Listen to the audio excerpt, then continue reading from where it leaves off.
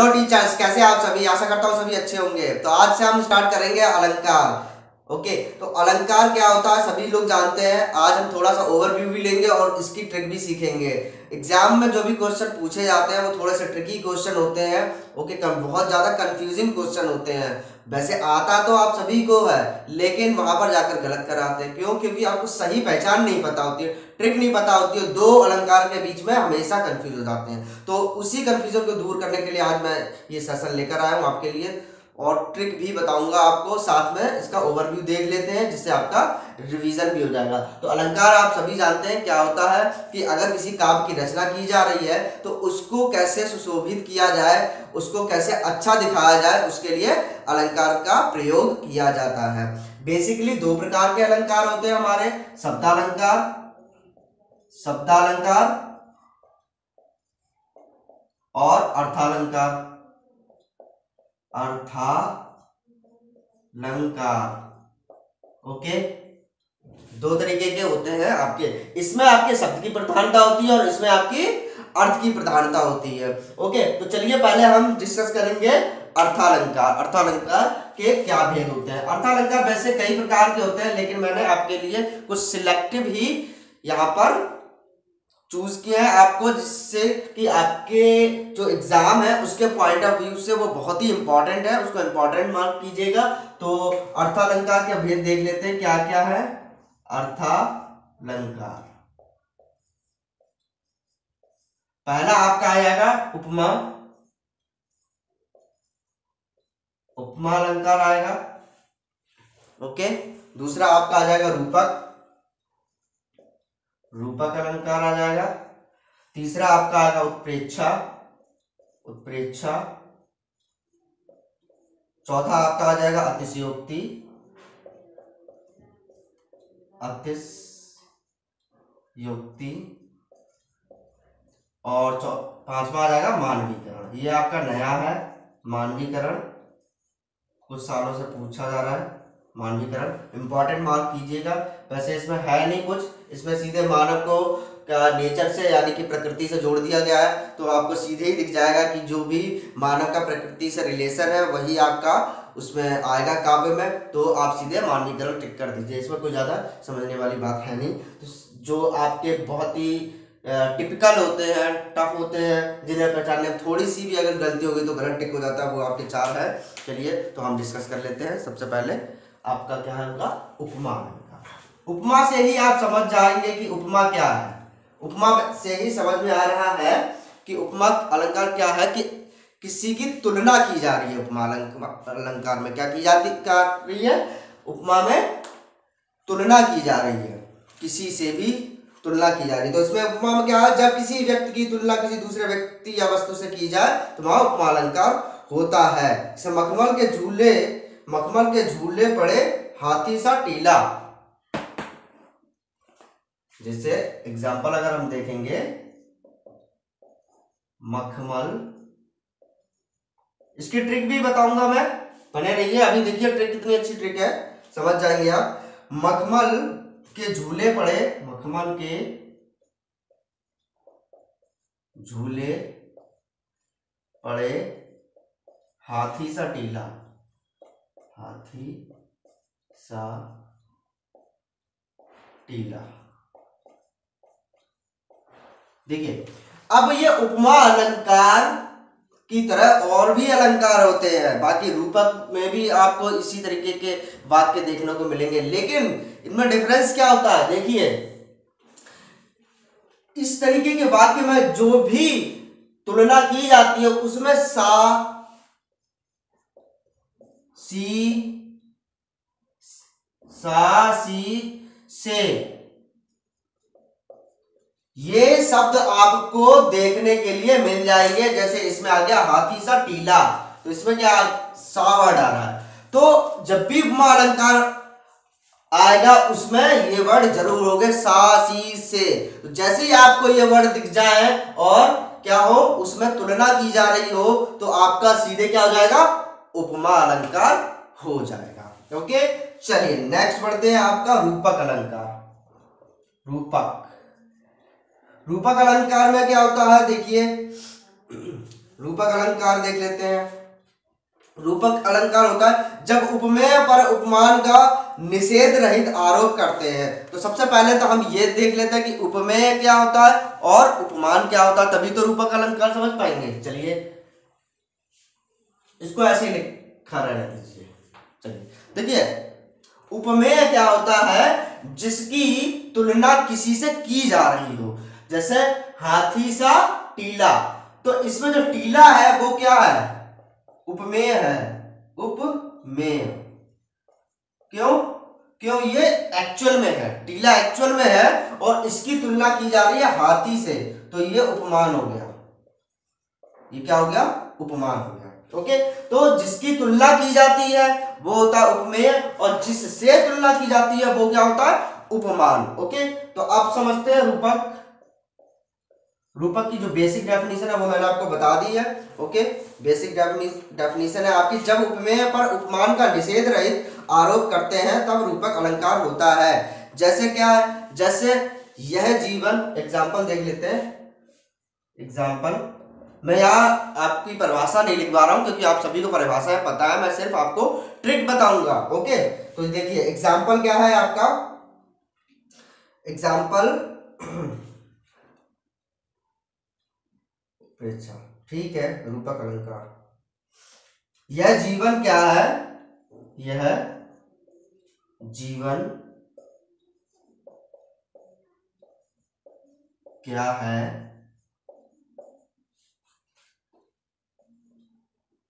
निर्झर है, निर्झर है।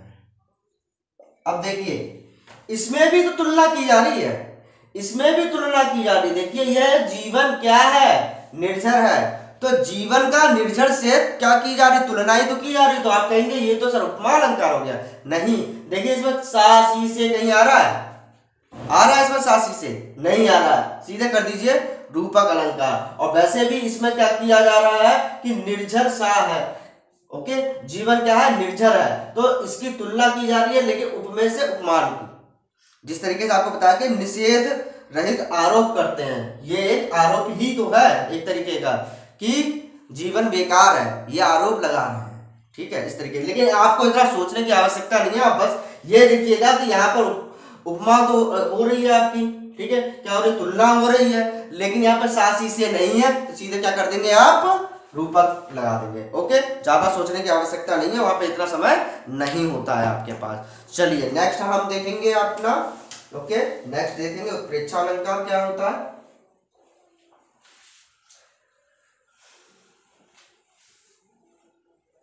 जिस किसी को भी हैंड राइटिंग नोट्स चाहिए वो हमारे व्हाट्सएप ग्रुप से जुड़ सकता है। मैं ये सारे पीडीएफ फॉर्म में आपके व्हाट्सएप ग्रुप पे डाल दूंगा, आप हमारे व्हाट्सएप ग्रुप पे जुड़ जाएंगे, उसका लिंक मैं डिस्क्रिप्शन बॉक्स में दे दूंगा। चलिए तो दोस्तों लाइक तो कर दीजिए, इतनी अच्छी सी ट्रिक बता रहा हूँ, लाइक कर दीजिए और चैनल को सब्सक्राइब कर लीजिए इसी तरीके के वीडियो को देखने के लिए। तो चलिए नेक्स्ट बढ़ते हैं उत्प्रेक्षा अलंकार की तरफ। उत्प्रेक्षा अलंकार,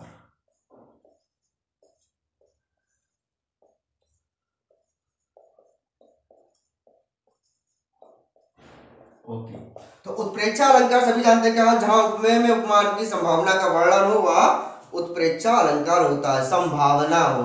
अब इतना कौन वहां देखेगा यार, संभावना हो रही, वैसे भी काव्य के कुछ वर्ड तो समझ ही में नहीं आते हैं, है ना, इतना लिखा होता है ऐसा कि आधे वर्ड तो समझ में ही नहीं आते हैं, राइट। तो इसमें मैंने ट्रिक बनाई है। ओके, पहले एग्जांपल देख लो उत्प्रेक्षा अलंकार का क्या है। उत्प्रेक्षा अलंकार का, पद्मावती सब सखी बुलाई, पद्मावती सब सखी बुलाई,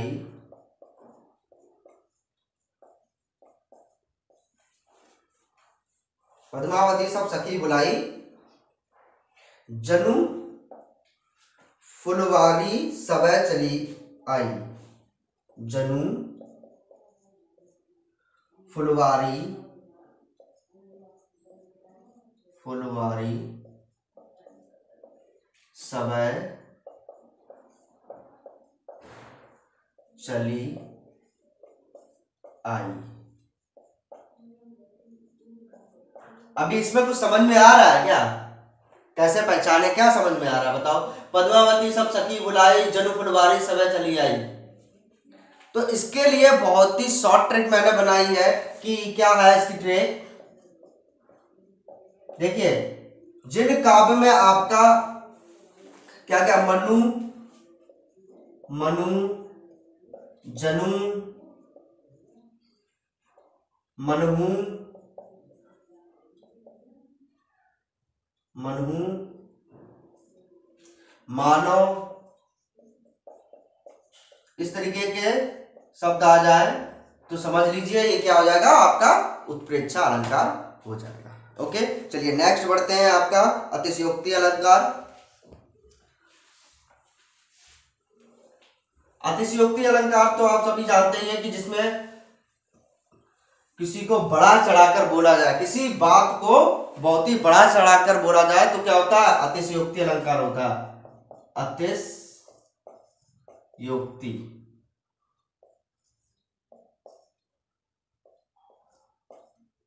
अलंकार, बड़ा चढ़ाकर बोला जाए, बड़ा चढ़ा कर बोला जाए। इसमें आपको ज्यादा सोचने की आवश्यकता भी नहीं पड़ेगी। देखिए जैसे कि मैंने एग्जांपल लिया है, स्वर्ग से देख लो साकेत नगरी यही है, देख लो साकेत नगरी यही है, साकेत नगरी यही है, स्वर्ग से मिलने गगन में जा रही है। स्वर्ग, स्वर्ग से मिलने गगन में जा रही है। ओके, तो अब इसमें देखिए कुछ भी ट्रिक की जरूरत है नहीं, सीधा सीधा पता चल रहा है कि यार कोई भी बिल्डिंग होगी, कोई भी इमारत होगी, स्वर्ग में थोड़ी पहुंच जाएगी, है ना। तो ये बहुत ज्यादा बड़ा चढ़ाकर बोला जा रहा है तो ये सीधे क्या हो जाएगा, अतिशयोक्ति अलंकार हो जाएगा। इसके बाद मैंने आपको मानवीकरण बता दिया था कि मानव का सीधे सीधे क्या करते हैं, मानव का सीधे सीधे रिलेशन दिखा देते हैं नेचर के साथ, तो वो होता है आपका मानवीकरण। चलिए हम अब सीखेंगे शब्दालंकार। तो इसमें देखिए आपके तीन इंपॉर्टेंट अलंकार है शब्दालंकार में, वैसे इसमें भी काफी अलंकार होते हैं। इसमें तीन आपके अनुप्रास, यमक और श्लेष। बहुत ज्यादा कंफ्यूजिंग है ये दोनों, तो ध्यान से पढ़ना, ठीक है। तो अनुप्रास अलंकार तो आप जानते ही हैं कि इसमें क्या होता है, अनुप्रास अलंकार में वर्ण की, लेकिन वर्ण कैसा होना चाहिए, व्यंजन होना चाहिए, ठीक है, वोवेल नहीं होना चाहिए, मतलब मात्रात्मक नहीं होना चाहिए। तो वर्ण की पुनरावृत्ति इसमें होती है। ओके, व्यंजन वर्ण की पुनरावृत्ति होती है, वो क्या होता है, अनुप्रास अलंकार होता है। तो अनुप्रास अलंकार का अगर हम एग्जाम्पल लिखेंगे तो इसका एग्जाम्पल होगा चारु चंद्र, चारु चंद्र की चंचल किरणें की, चारु चंद्र की, चारु चंद्र की चंचल किरणें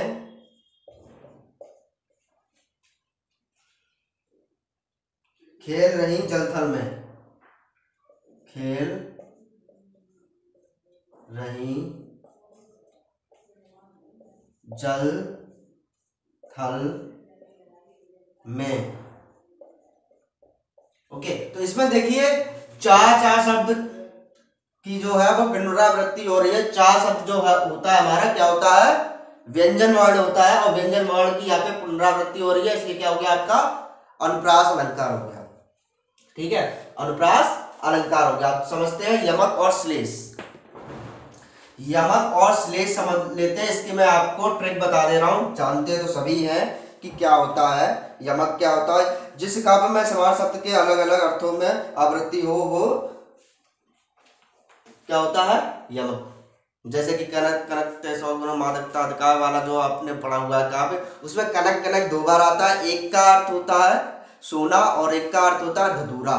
ओके, और एक और है आपका के की रव की नुपुर ध्वनि सुन जगती की मूक प्यास। इसमें जगती जगती दो बार आया। एक में जगती का मतलब है जगत धरती, राइट, और एक का मतलब है आपकी जीवन। तो दोनों अलग अलग हो गए। इसी प्रकार आपका जो श्लेष अलंकार है, श्लेष अलंकार में भी यही होता है। इसमें दो तरीके के होते हैं, शब्द श्लेष, श्लेष अलंकार दो तरीके का होता है, शब्द श्लेष। अब इसकी ट्रिक बता रहा हूं, दोनों में क्या डिफरेंस होता है। ओके, शब्द श्लेष और दूसरा होता है आपका अर्थ श्लेष।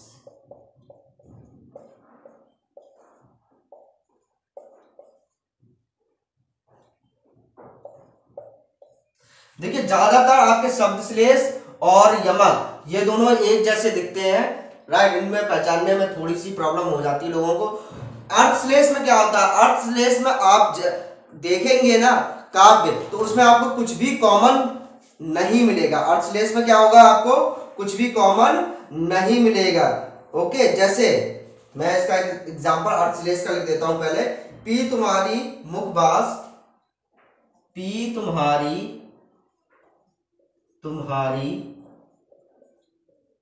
मुख, पी तुम्हारी मुख बास तरंग, बास तरंग,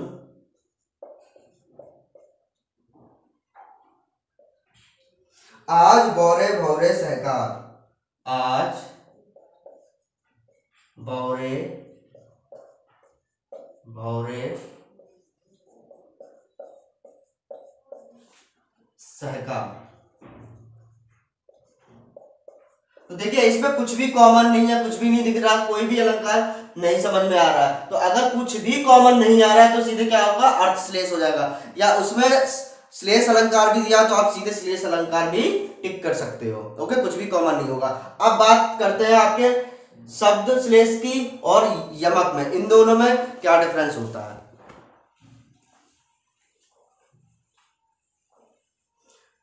चलिए मैं इसको पूरा रफ कर दे रहा हूं। दोनों के मैं अलग अलग एग्जांपल लिखूंगा, उसके बाद समझाऊंगा, तब ज्यादा अच्छे समझ में आ जाएगा। ओके, तो पहले हम लिखते हैं आपका यमक का। ओके,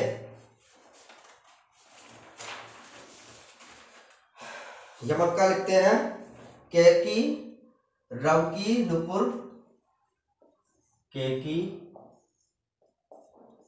रव की नुपुर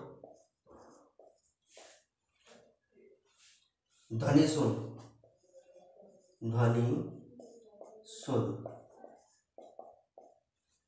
जगती जगती की, जगती जगती की मूक प्यास, मूक प्यास। और दूसरा आपका है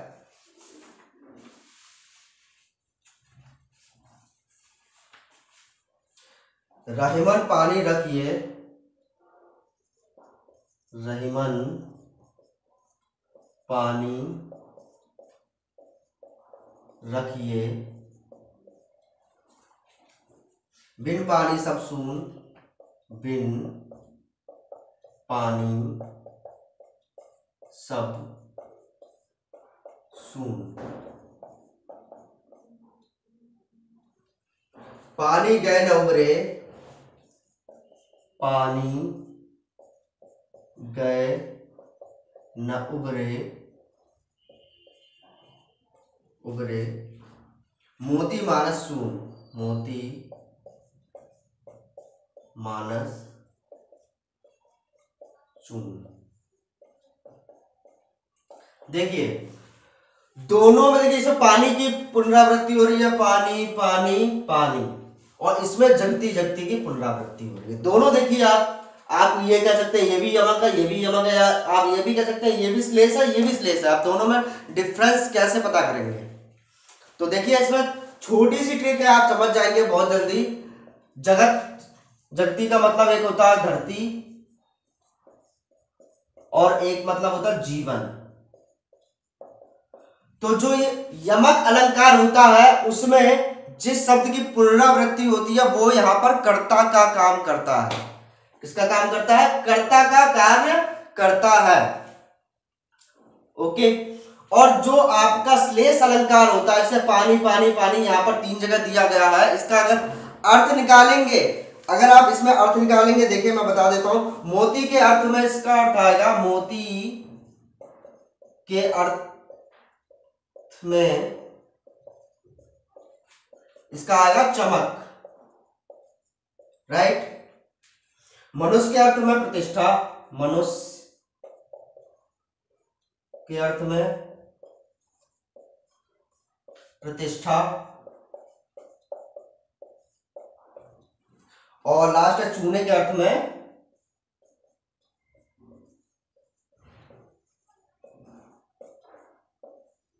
जल। तो देखिए यहां पर जो कर्ता का कार्य है वो इन तीनों का है, ये इसकी विशेषताएं हैं। तो आप समझ गए होंगे कि इन दोनों में डिफरेंस क्या है। आपका यमक में कर्ता का कार्य करेगा और इसमें क्या करेगा? विशेषता दिखाएगा। इसमें क्या दिखाएगा? विशेषता दिखाएगा। तो आप ध्यान से पढ़िएगा, दोनों में बहुत ही माइनर सा डिफरेंस है। अगर आपने इस डिफरेंस को पता कर लिया तो आप बिल्कुल सही आंसर लगाएंगे। ओके, तो आज का सेशन यहीं पर खत्म करते हैं। तो अगर आपको वीडियो पसंद आया तो इसको लाइक कीजिएगा और इसी प्रकार की ट्रिक्स को जानने के लिए आप हमारे चैनल को सब्सक्राइब करना ना भूलिएगा। धन्यवाद।